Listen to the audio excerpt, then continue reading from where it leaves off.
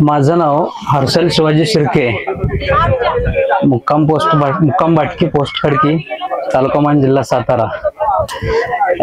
Sir Shirke sir, प्रकर्षाने मला तुम्हाला एक गोष्ट सांगायची आहे की ह्या शाळेमध्ये मी येण्याचा योग खरं तर तुमच्यामुळे आणि झरे सर मिळाला।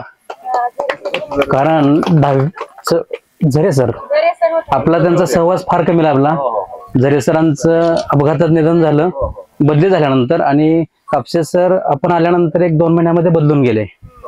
परंतु मी 4थी पास झालो 2004-5 ला, आणि त्यानंतर आम्ही इकडे राहायला मळ्यात होतो। मी सचिन गावात वगैरे, पण आमचे सगळे आम्ही 1ली ते 4थी पर्यंत। आणि असं झालं की मी 4थी पास झाल्यानंतर इथल्या शाळेला 5वीच्या वर्गाकरता विद्यार्थ्यांची आवश्यकता होती, आणि मग आम्ही इकडं, आणि आम्हाला मसवडला जायला लांब होता अंतर।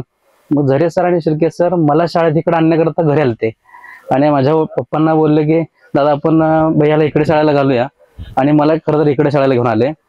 पण खरं तर तिथंच माझ्या आयुष्याचा खरा टर्निंग पॉईंट ठरला, आणि मी आज म्हणजे फार कमी वेळामध्ये हायकोर्टापर्यंत जी माझी मजल गेली ती खऱ्या अर्थानं ह्याचं पूर्ण क्रेडिट हे माझ्या गुरुवारांना देतो, आणि काय आठवणी सांगतो की जेणेकरून जे काय मला घडवलं आणि मी ज्या पदापर्यंत पोहोचू शकलो याचं पूर्णपणे श्रेय का द्यावं असं वाटतं। तर सर पहिलेला इथं शाळेला आलो त्यावेळेला म्हणजे शाळेच्या आपल्या इमारतीची फार पडझड होती। त्यावेळेस काही तिकडचं नवीन इमारत त्यावेळेस नव्हती, आणि मी असा विद्यार्थी होतो की केलं तर केलं ना तर पुढत गेलं असं होतं पहिल्यापासूनच।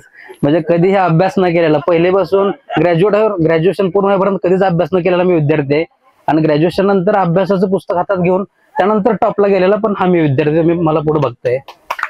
कारण त्यावेळेला आणि खरीच परिस्थिती आहे की 10वी पास झालो सर सपाट सर, मी आपल्याला खरंच खूप ऋणी आहे। कारण AC² = AB + BC हे जे प्रमेय आहेत ना, पायथागोरस थेरम असेल किंवा बाकी 7 थेरम सरांनी मारून पाठ करून घेतले, म्हणूनच मी 11वीला गेलो ना तर मी 10वीत शेतीकडे वळलो असतो, आता पुढेच गेलो नसतो खरं सांगायचं तर। कारण एकतर गणितात सगळ्यात ढ विद्यार्थी मी, आणि मला शेवटपर्यंत गणित कधीच नाही जमलं, म्हणून मी म्हणजे इंजिनिअरिंग वगैरे ह्या साईडला जाण्याचा आपला कधी विषयच नाही आला। पण ग्रॅज्युएशन झालं, आणि ग्रॅज्युएशन झाल्यानंतर म्हणजे LLB admission Ismail sir Mulla law कॉलेजला घेतलं, त्यावेळेला मला खरं तर ह्या गुरूंची महती त्यावेळेस कळली। कारण ज्यावेळेस आमचे लेक्चर सुरू व्हायची, सकाळी 7ला लेक्चर असायचं, आला काय आणि गेला काय विद्यार्थी, त्यापासून प्राध्यापकांना कधी कधी फरक पडत नव्हता, आणि कोण आहे का नाही याच्यापासून कधीच नाही। त्यावेळेस खरं कळलं की आपल्याला नियमितता काय असते, ते आपण जर 5वी ते 10वी पर्यंत असताना जर एका दिवशी थोडासा उशीर केला तर आपल्याला हातावर झडी मिळायची। आणि सगळ्यात महत्वाचं की 9वीला असताना 7वीला असताना सर जो होमवर्क दिला जायचा, जो नाही केला की मार तर पडायचाच शाळेत झाल्यानंतर, पण जो ऍबसेंट राहील, सगळ्यात बंक मारणारा विद्यार्थी पण मीच होतो। गैरहजेरी सगळ्यात जास्त माझीच असायची शाळेमध्ये, कारण काय पण कारण काढून मारती कुठे आहे मारती, त्या कोपटापासून माघारी जायचं बसायचं।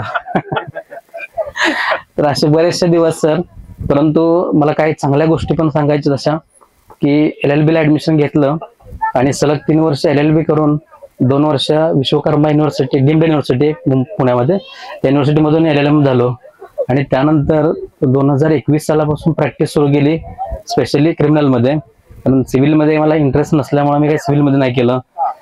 आणि योगायोग असा सर की गुरुवारी पण चांगले भेटले, म्हणजे की आफ्टर LLM प्रॅक्टिस मध्ये जेव्हा चालू त्यावेळेस एक नामवंत वकिलांचा सहवास लाभला, त्यामुळं खरं तर हायकोर्टापर्यंत जाण्याचा योग आला, नाही तर एवढं लवकर जाणं शक्य नसतंय। आणि आता गुरुवारी बऱ्याचशा संपर्कामध्ये आहेत, आणि माझ्या यशाचा लेखाजोखा सर बघत असतात, त्या अधूनमधून माझे बेल वगैरे ग्रांट होतात, आणि स्टेटसच्या माध्यमातून बघतात।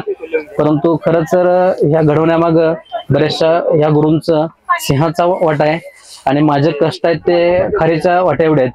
पण खरं तर सर आपला खूप ऋणी आहे, कारण आपण दिलेल्या प्रसादामुळं हा विद्यार्थी कुठेतरी घडला, नंतर कुठेतरी म्हणजे खूप खाली राहिला असता किंवा करिअर होऊ शकलं नसतं। तर मी आपल्या गुरूंना माझ्या सगळ्या यशाचं क्रेडिट देतो आणि थांबतो। जय हिंद, जय महाराष्ट्र।